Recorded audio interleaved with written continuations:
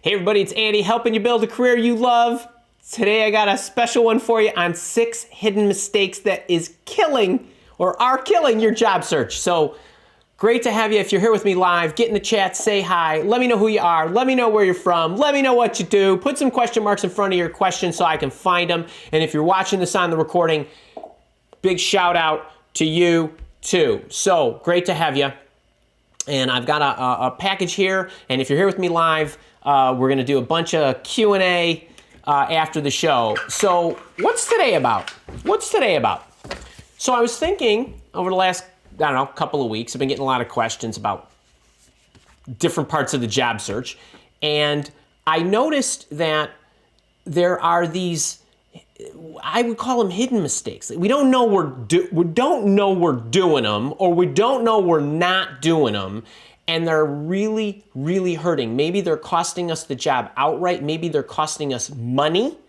Maybe we're getting a job, but we're not getting paid what we should be getting paid or what we can be getting paid. So I want to go through them, and I've got 6 of them for you because I've got one for every stage of the job search. I want to clip off each of the different stages, like getting ready, figuring out where you want to go, putting your resume together, job searching itself, interviewing, and salary negotiation. So we got a fun one. I'm guessing we're all good. I got some colorful note cards today. I went all out for you. But let's talk about this first one that I see is a pretty big issue with not just senior folks, but especially senior folks. But it's really important no matter what your level is. And that's an inconsistency in the main parts of what needs to be completely congruent. I've got this quote card that I put out when I circulate my daily inspirational quotes out there, and one of them is, think, say, do. You will never be more on track when those 3 things are all the same. Except that what I think happens for, oh geez, hey, look at this. I got my, kind of pale red sherbety thing going up against this orange thing. I didn't really anticipate this when I wrote the note cards, but think, say, do. You're incongruent, but what do I mean by this? So think about, especially, like I said, you senior folks, where you can do a lot of things. Or maybe you're a mid-level person going through a career change, and there's a couple routes you can take. We need to be in order, and we need to know what we want before we take our first step. And then you might not realize how far in advance you need to think through this, because what you want should drive the way you put your resume together. That needs to be congruent, because the resume isn't about your past, even though you might think so. It's actually a marketing document to take you forward. So now that has to be shaped toward where you want to go, which needs to be in sync with what it is you want to do. And then when you get to the interview, the stories you tell have to be congruent with what you want, the way your resume marketed you, the stories you're telling about what you've done and what you can do. And all of that needs to be congruent. It needs to be congruent. And what happens is employers can smell the inconsistency. Well, do you want to do this or do you want to do that? I know you can do this, or I know you can do that. Or what about when we get in the tell me about yourself situation, and you start telling them things that, while are great about you, are not really what they need, or how you advertised yourself, or where it is you want to go. So there's a lot of inconsistency. And employers want people who are directed, who know what they want, right, are targeting it, and can advertise how they'll be able to do it for them. So number 1, are you in order? This is step 0. Okay, step 0, get congruent. All right, second thing.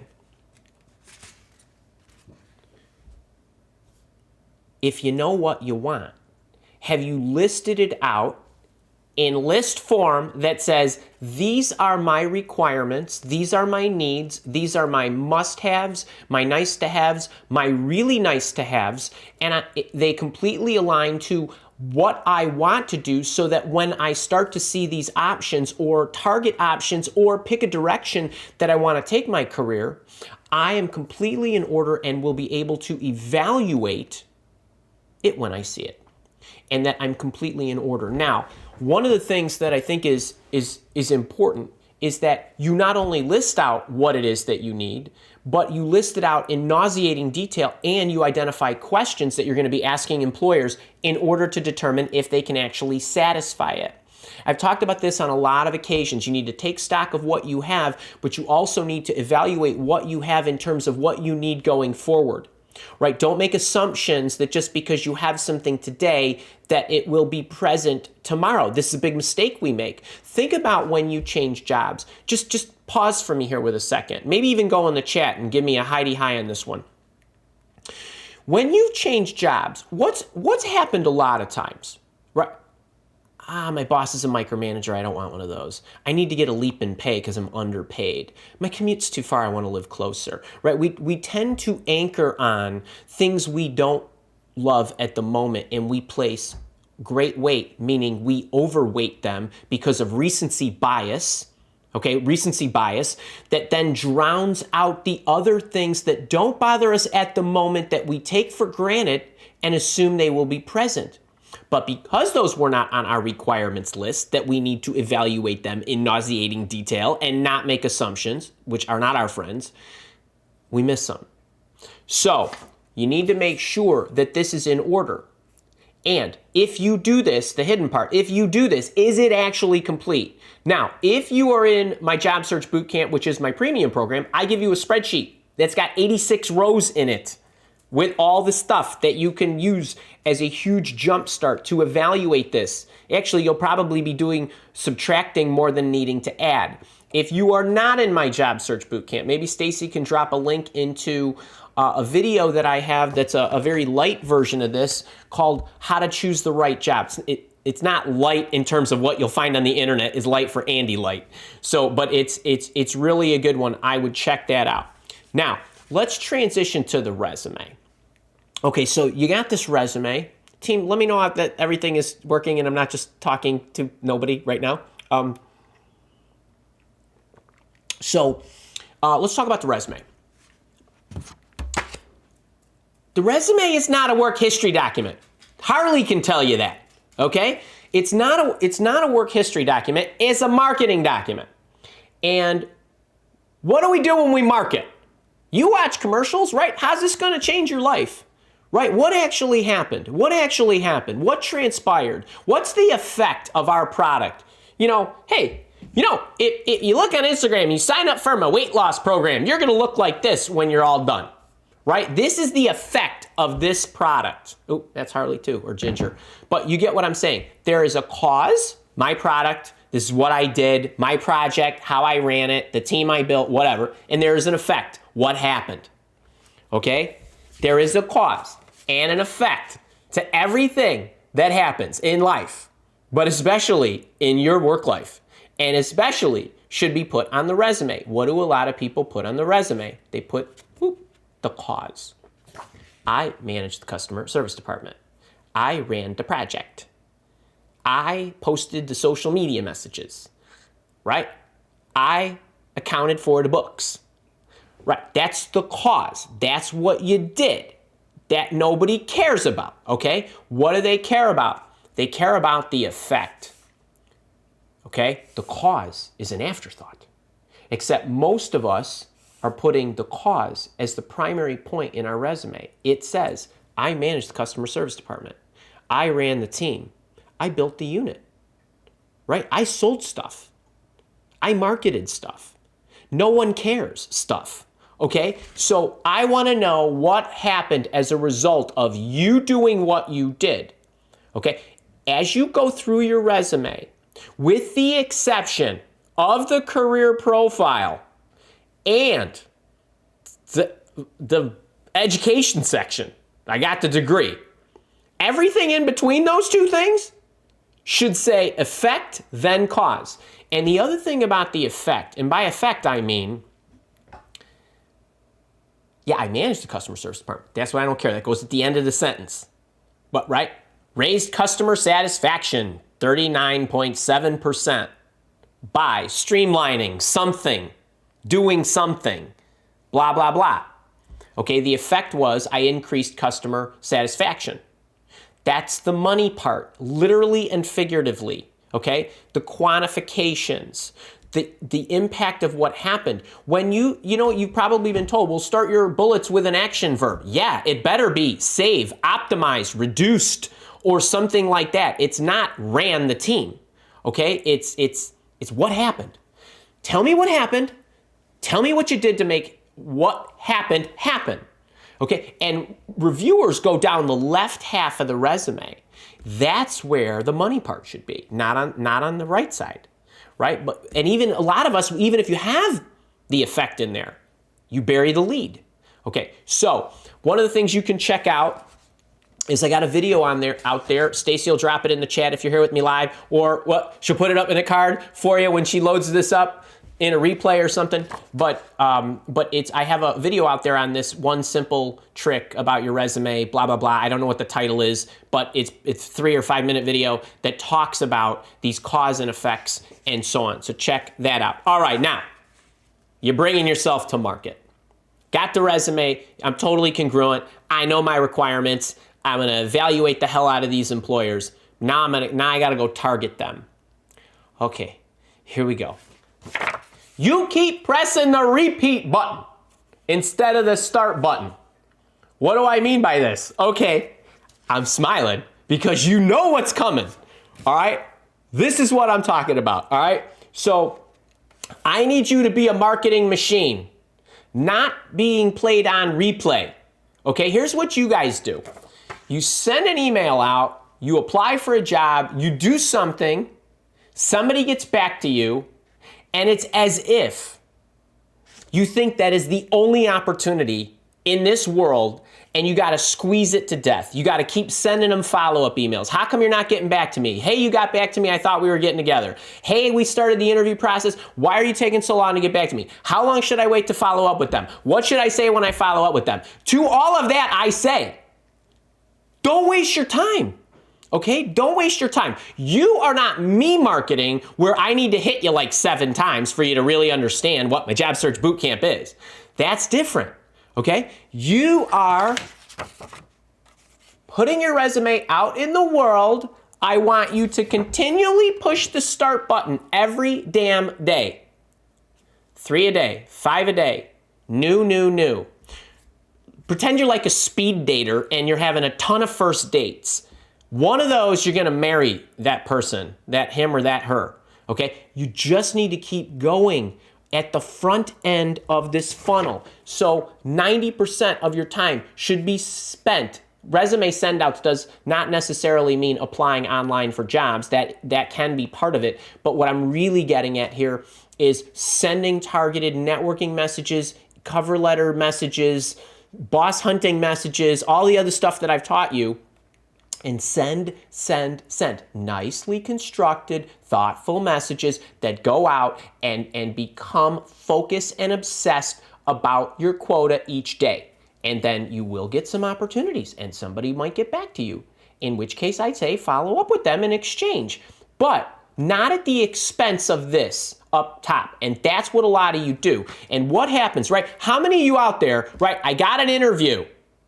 And it was really great. And they told me right away that I was perfect for the job. And I went through like 8 weeks of interviews, whatever, and then I didn't get the job. And I put everything else on hold, and now I'm miserable, and now I don't know what to do. And I'm feeling awful. That's what I'm talking about. Press the start button again. All right? All right, that's on the searching. Now, I got another one, and this one is about the interviewing.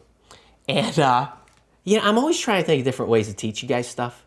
And I thought I got a little story for you here. Hope you like the story. It might take me just a quick couple minutes to tell you. There's an analogy out there. This isn't the story part. This is the analogy part. Where, you got the car. You got the steering wheel. And let's hope you're the driver. Okay, because you're not always the driver, right? But you got the steering wheel. Then you got a battery. And that battery better be working, right? It's like $500 or $400 or $500, right? The battery of the car. Then you got this like $4 wire, right? And the battery's dead. The car doesn't start. But if the battery's perfectly new in working condition, if that $4 wire isn't connected properly, car doesn't start, right?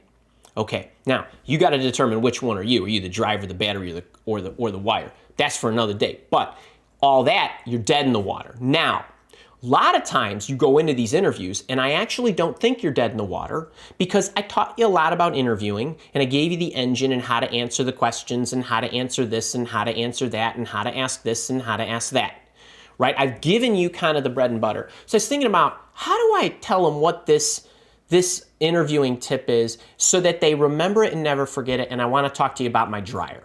So back in November, the dryer wasn't, the clothes weren't drying. So there was no heat. So I called the dryer guys. The guy comes over. He says, yeah, you got these two little pieces here. These are pretty important. I need to replace them. So no problem. How much that can cost me?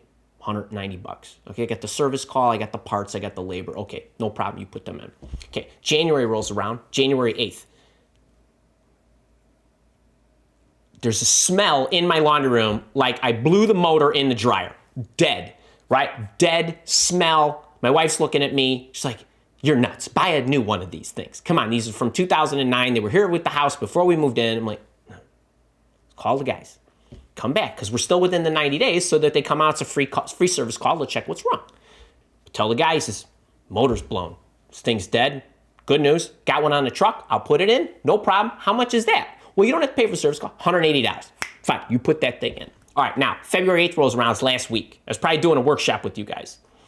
And I noticed I take stuff out of the laundry and I'm wearing a lot of sweatpants and pajama bottoms these days because of the COVID thing. And the waistband with the elastic is like kind of wet. I'm like, the dryer works. It's humming. It's wet. A couple days later, another load, same kind of thing. I said, I got to get the laundry guys back here. But I hear this clicking in the laundry. Something. My wife's like, you're crazy. Go on and buy a new one. It's like, honey, you want me to spend $1,000 on this? I'm like, listen, the motor works, right? These solenoid, whatever the hell else these guys replaced, that works. This sounds to me like something's not communicating between this thing and that thing or whatever. I mean, look, the thing's only got 20 parts, right? Most of it's a case, then there's a drum, there's a couple knobs, a timer, some cords, things, whatever, right? How many pieces can this be? So I tell you what, bet you the Valentine's dinner, whatever's wrong, it's some little part, little wire, little sensor, little whatever, and it's creating a problem with communication between what has to happen and lighten this up and this and that, and the clothes don't dry. All right, you're nuts. But call the guy out. Guy comes back. He's, hey, sir, comes over. He's got this little box. It's plastic. Yeah. He says, well, see this little thing? It's corroded here, and so it's trying to send a signal to light the gas or whatever, so to throw the heat. Sometimes it works, sometimes it doesn't. He says, that's why sometimes the clothes dry and sometimes they don't. I told my wife, I said, I bet that part cost less than $50. Bet you the Valentine's dinner. I said, how much does that part cost? Guy says, $41. I said, but I got a $10 coupon. He says, $31. Right? Okay, this is your wire. This is what you're not doing, and you're miscommunicating in the interview. You are leaving doubt at the end. Okay, I want you to remember my silly laundry story, and Andy's got a waistband that's still wet on his sweatpants bottom because you went through. I already taught you. I gave you the engine. I gave you the motor. I gave you all the other stuff. I told you how to answer the questions, but what happened? You miscommunicated, or they miscommunicated. And at the end of the interview, you left them with doubt, or you didn't know you miscommunicated. You didn't know the wire wasn't touching. You didn't know the piece was corroded because you didn't ask them, do you have any reservations about hiring me? And if you don't know this trick, on page 79 in the closing time chapter, I go through in nauseating detail how to do this. But basically, you want to give them a chance to express to you that you guys miscommunicated, the wires were crossed. And those reservations come in one of three forms. They asked you something, you told them something, and they didn't interpret it the way you wanted them to. You miscommunicated. Okay? If that happens, you can clean it up. Or you didn't even have a chance to talk to each other about it. They didn't ask you a question, and you didn't know to answer it. In which case, now you know it, and you can clarify that. Right? Communicate. Or they have a reservation. It is a reservation. And at least now you can try to dampen it with, I might not have that skill, but I have this one over here, right? Kind of thing. Do not walk out unless all the wires are touching. You got heat in the dryer, okay? Remember this, okay? Do you have any reservations about hiring me? And I'm not talking about like you need to do a 15-minute phone screen with the HR person and then you ask her this. No, you gotta work your way into the process, but don't leave doubt. Clean it up, okay? All right, last one. So let's get to the salary stuff. Now, y'all know, I tell you, that you want to go at negotiating your salary when your stock's the highest. That's right. So what do I tell you to do up front? You get into the screen, they say, what's your expected salary? You say, Coach Andy said, I'm not supposed to tell you, right? I'm open. It's about the job and the people and the company and the this and the that and the so on and what I get to learn and who I get to do it with and yada, yada, yada. And this is the script Andy gave me because he wants me to defer until my stock's the highest, right? You know that one. Then you get in the process and things start to happen. And all of a sudden you start feeling good about yourself, right? And you start feeling good about how this is going.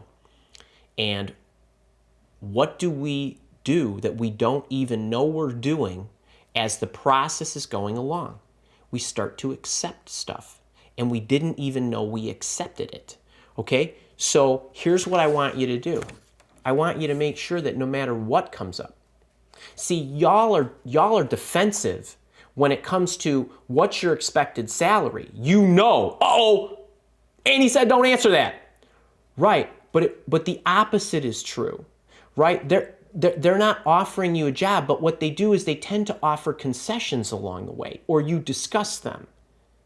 And then you either innocently agree or they assume you agreed, and either which way, it harms you. So anytime they say anything along the way that is in any way, shape, or form related to salary, compensation, concessions, your work environment, what you get to do, or any of that, I don't want you to say okay. I want you to defer and say, I'm sure we'll talk about that at the end and we can hash through all of that. What do I mean by this? Okay, you get in the process. Andy said, don't tell him what the expected salary is. Nailed it. Didn't tell him. Moved on. But you're interviewing for a remote position, or you're interviewing for the job down the street or down into the next county, and it's a bit of a commute. And they start talking about, well, you don't have to come in on Fridays if you don't want. Or you start asking about, well, do you have to be in the office every day? Do I have to fly to New York every month? How frequently do I have to go visit my customers? Well, hang on. You asked me how much vacation. I have 3 weeks of vacation. Your thing only has 2. And what happens along the way is employers do stuff like, Harry, you're a pretty great guy. I'm sure we'll be able to work out. If you want to work from home on Friday, you can. Great. That sounds great. I know we talked about working from home on Friday, but I was thinking about your vacation. I think we're going to give you 3 weeks. That sounds great. Every time you do that, you are knocking a limb off your body as far as how tall you're going to stand when you negotiate at the end. Why? Because you took. Now you get down to the end, right? And what are you going to do? Coach Andy says you better counteroffer. Coach Andy says I better counteroffer, so I got the offer, now I got a counteroffer. To which the employer says, Harry, I gave you the vacation. I gave you the work from home. I told you don't have to travel as much as we would like you to travel to see the customers. What more do you want? What are you going to be like to work with? And what you're doing is you're reducing your negotiation leverage. I would rather Harry go to the end and say, okay, here's the deal. You offered 100 and I'm going to bring you $120,000 worth of value. Here's how I'm going to do that. By the way, I got this vacation issue, right? I don't want to come in 5 days a week. If you let me stay home on Friday, I can get like 2 more hours worth of work done. Right? Like you rack it up all then. You may or may not get everything, but you're going to have a hell of a lot better chance getting more of what you want when it's all consolidated and they're doing this. Harry, man, this is great. You got to come here, right? Like we can't live without you now, right? You've completely changed the way I think about this environment, what we can do, who we can market to, what we're going to be able to do for our customers, right? They're salivating. They got to have you. right? That's when you make your ask. You don't accept things along the way. You were negotiating and you didn't even know you were negotiating. That's the hidden part, okay? So don't be tempted to do that. I got a little ditty out there on this one called, Stacy, what the hell do I call it? I called it, this innocent, salary mistake, or this salary mistake is killing you, or something or another. She'll put the thing in the chat.